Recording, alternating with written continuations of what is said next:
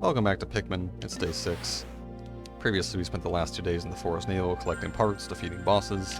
Today, we'll be going back to the Forest of Hope for the first time in a significant amount of time, because we now have blue Pikmin, and blue Pikmin cross water, which means that there are no real obstacles left in this game that we cannot traverse with the help of our little Pik friends. Landing here, and we are just going to pick every single blue out of the onion, because I would like to improve the numbers. 45 is not a great amount. Let's just get you. And first things first is I'm going to get you guys over here because there's a bridge. And as you can see, there are some disgusting, horrible, no-good monsters making their way towards the bridge. And yes, if you have a bridge built, these guys will come in and try and eat it up and destroy it. Thankfully, they're not too hard to kill, so we can pretty safely get rid of them. And in fact, we can even carry their corpses back for more blue Pikmin action. I do want to kill this guy though, because he's a little in the way. Nailed it. You guys can carry that back too. And you guys can even fight the flowers if you want. Swarm these. Get them, get them, get them. Nice. Okay. We're just going to get a few Pikmin on this. I mean, it's kind of a long distance, but I have other things I want to do with the blues today, so I don't mind this taking a little bit of time. These guys are completely harmless, they're just little tadpoles. I see no reason to kill them. Possibly some sort of war crime in it for me if I do, so let's just ignore them. And we're going to head all the way over here as our little corpse marching party shows up. What even was Corpse Party? I know it was a horror game and it was like really popular, but I don't understand why it was so popular. Granted, I haven't seen it, so maybe it's one of those, you know, you had to be there kinds of things, but I don't know. I'm not very excited by a lot of things, is my thing. As you can probably tell by the sound of my voice, things come out nowadays, and I'm just like, eh. I guess that's one of the things of growing up. Movies and games come out, and they're like, none of this really looks exciting. You know, I'm old. I just want to get sleep, really. Eat food that won't, like, put me in a coma. Like Caramel Toast Crunch, or Chocolate Captain Crunch. I mean, it's really just the laziest type of cereal, isn't it? It's, hey, we're taking this thing that's already, like, loaded with sugar, and we're just adding more sugar to it. Isn't that cool? And it's like, yeah, I guess for children, which is the target audience, to be fair, but, like, you know. They made Chocolate Life, and Life is, like, one of my favorite cereals. You guys tarnished one of my favorite cereals by just adding chocolate to it for no reason. This deeply upsets me. I'll tell you what doesn't deeply upset me is getting more blue Pikmin. So they're working on that wall. I'm gonna go get some reds, because I want reds for a fight that's coming up. Spoilers, there will be a fight in this episode. Big day for boss enjoyers, or big 2 days rather, because last episode was the one where we fought 2 bosses. Well, I mean, let's be honest, one of them was a pretty cool boss, shout out to Beetle Longlegs. And the other one was Puffstool, who is not really a real enemy. He's a notable enemy. He's an enemy of note. I would not call him a boss. I believe they just finished this wall, so in the interest of efficiency, we're going to collect these guys and get them started on this other wall up here. And you might get a glimpse of that little man in there. Very scary. We will murder him, as he is guarding one of our ship parts. This guy's just lounging around. I respect it, but you do need to come over here. Just gonna start throwing reds up there so they can get to work on the wall. And maybe even get to work on fighting that man. A lot of buds in this group, which is good. I should be plucking some nectar. I think all of our blues are leaves, which is unfortunate. Day's a quarter done, but not too concerned about it. I do think we are going to have to spend probably 2 more days here for 3 parts. The parts we have left, the one with the bridge isn't too bad. It's literally just build a bridge and then get the part over. That one is going to require a boss, and the last one, well, I'll save that as a little surprise, because I don't think we're going to get to it today, but I might give you guys a sneak peek at the end of the episode. I almost said sneak glimpse. It's weird that sometimes my brain just, like, substitutes words for other words, and that leads to interesting results. What often happens is, and one of the reasons I think I'm fine with doing, like, free-flow commentary like this is that I will often, like, think in my own head, and then I will finish the sentence out loud with my mouth, and it just, I mean, I must look like an absolute schizophrenia patient to outsiders, but I guess that's why I do this when I'm alone, so that I don't have to have other people concerned about that. Anyway, speaking of concern, this wall's almost done, and I'm a little concerned about fighting this guy, because he's a little spooky. He has some interesting attacks.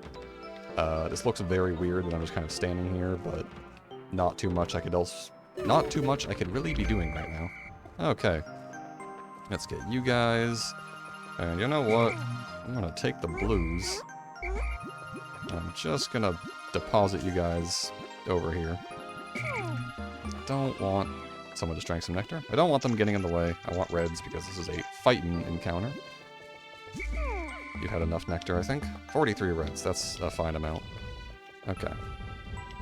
Wait till he turns away, because he has an attack where he's going to suck up and then shoot a boulder out of his mouth.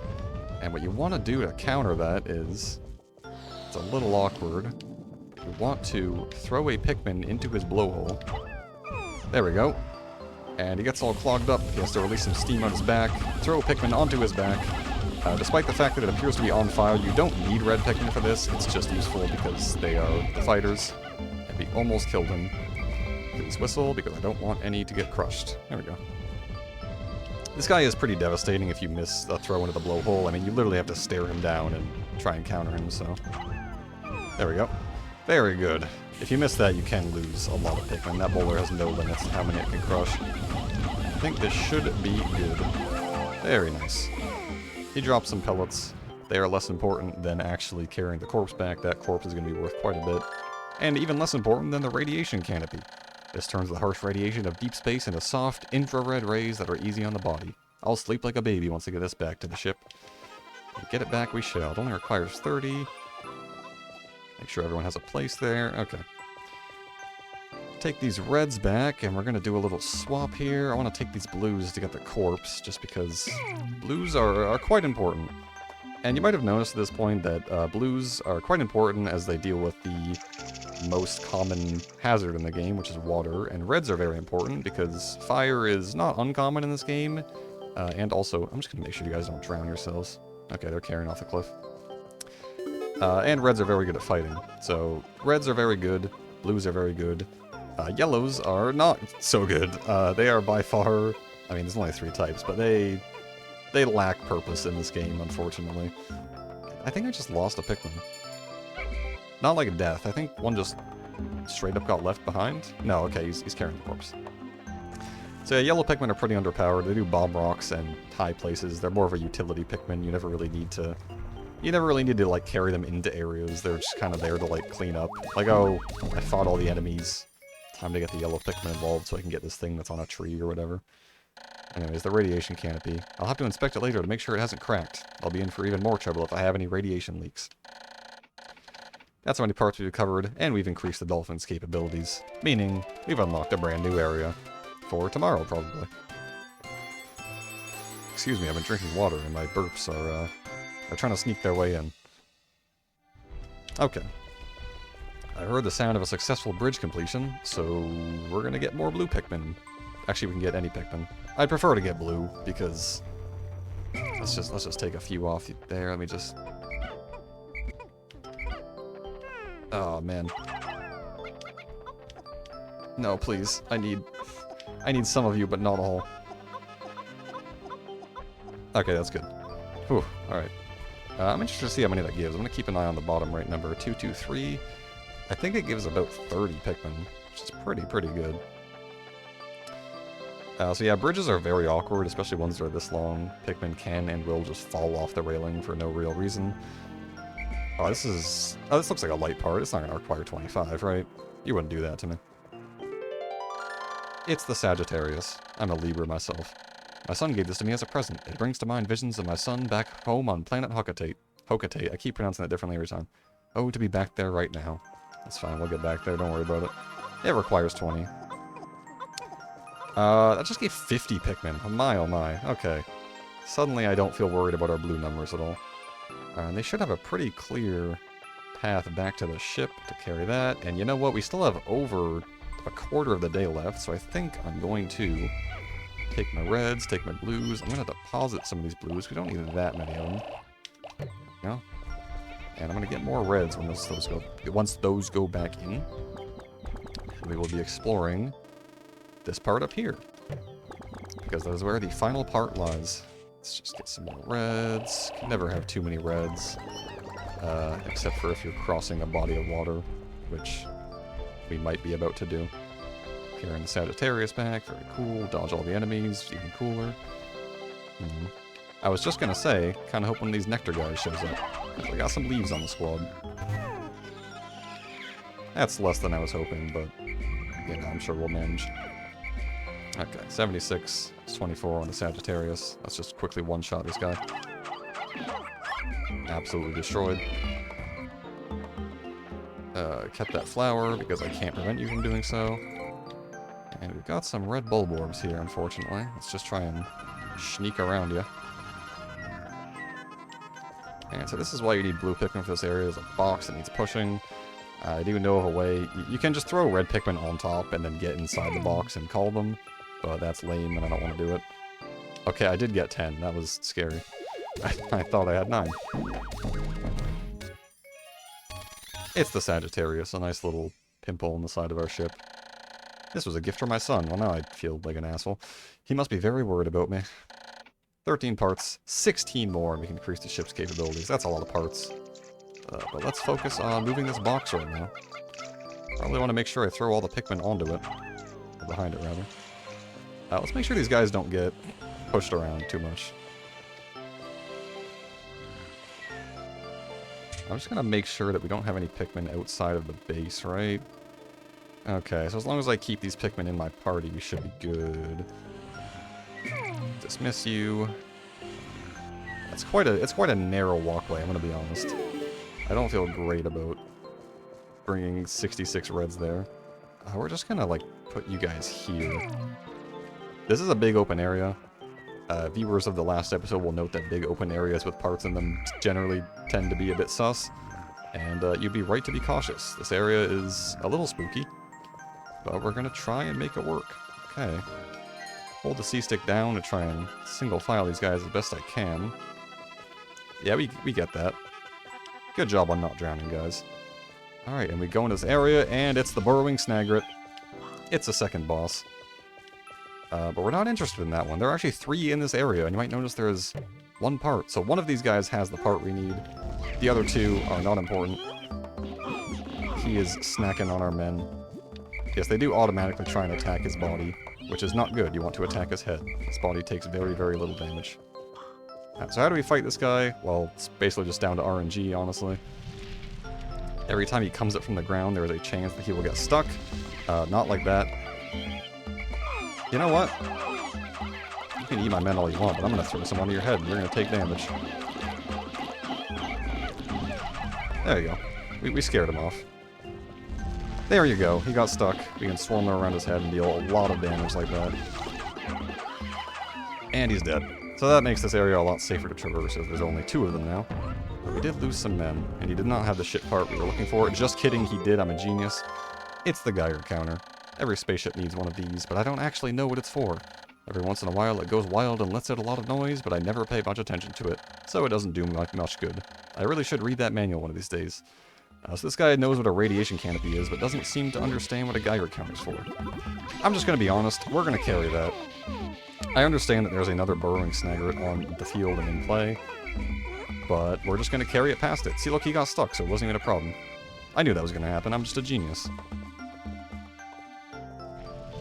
Okay. Burrowing Snagret, by the way, very cool enemy. I like him a lot. He's just a big, like, chicken snake. I respect him greatly. I gotta be honest, my guy, you're kind of in an awkward spot. He's in the wall, that's fine. I really wish they just carried him. They woke up the bulborb, but that's fine. He didn't eat any. That was legitimately terrifying. I got legitimate chills down my spine when that happened. I'm gonna try and C-stick to get these guys up. There we go. Okay. Bulborb's still awake. Gonna wait for him to go back to sleep, hopefully. And then we can sneak on past him. He does not appear to want to go back to sleep. This is problematic. Hide behind the box, quick. Metal Gear Solid it. Okay. That's fine. You know what? I was gonna escort that back to base. Please stop drowning. Please stop drowning. If you whistle them, sometimes they come back to land. There we go. He's still in the water. Sir, I'm just gonna need you to get out of the water real quick. Thank you. No, you're back in the water is the problem. Okay, so you see the thing is... Yeah, no, I need you out of the water. It's fine, we got the Geiger counter. And that's all the parts we need had left in the Forest of Hope, so, I guess we're never coming back here again. But we might have had to sacrifice a red to the deep, deep 1-inch water. Geiger counter. This noisy gauge is always letting off spontaneous clicks and buzzes. It can be kind of annoying. 15 more and increase the capabilities. I will sit here and whistle until the day is done, if that means you will survive. I'm a little tormented by that time we left a red Pikmin behind to get crushed by a Lollywog. Gonna be honest. You know what, I'm gonna throw a blue Pikmin in there because... There we go. Okay, we're just gonna chill. This is fine. Our Pikmin are gathered. We're just gonna hang out. In fact, I'm gonna use the Go to Sunset feature and pray that none of my Pikmin are out and about. These red Bulborbs are scary, the water is scary, Burrowing Snagrets are scary. But we made it. We got all 3 parts remaining, cleared off this area. Gonna be honest, I did not expect to do that. That Burrowing Snagret I was gonna save for the next day, and so I will now be very conflicted about which boss to put in the thumbnail. Probably the Snagret because it's the more visually interesting and the cooler one, but perhaps Armored Cannon Beetle will get its day. One day, that is. Sometimes words are hard for me. You might have to cut me some slack. For the 3rd time, the Bulborbs go hungry. I actually can't believe that the Snagret got stuck and then the Bulborbs didn't eat the guys carrying the Geiger counter back. That was incredible. I have managed to increase the range of the dolphin. Looking from the dolphin's portal as it launches ever higher into the sky, I see a vast wetland in the deepest parts of the forest. I shall call it the Distant Spring. I can begin my exploration of it tomorrow. For now, I sleep. So what happened today? We sprouted 66. 50 of that was just from the Armored Cannon Beetle. You can see the giant spike in the blue graph. And we lost 6 in combat. I believe those were all to the Burrowing Snagret, which is fine. I mean, that guy can eat... He can eat a lot of Pikmin if you let him, so I'm pretty fine with how that went. Our numbers are looking good. Exactly 100 reds. You bet I'm going to save. You bet I'm not going to touch the memory card or the power button. Save complete. Thank you very much. And as we were able to clean off this area, we now have the Distant Spring, which has a lot of parts. So, on the next episode, Day 7, we will probably be going to the Distant Spring, though no promises. Hope to see you guys then. If you enjoyed this video, cool. So yeah, always remember to brush your teeth twice a day. I do it once before dinner, once before work, but twice is good. No more than 3 times, though, lest you damage your teeth. Okay, goodbye.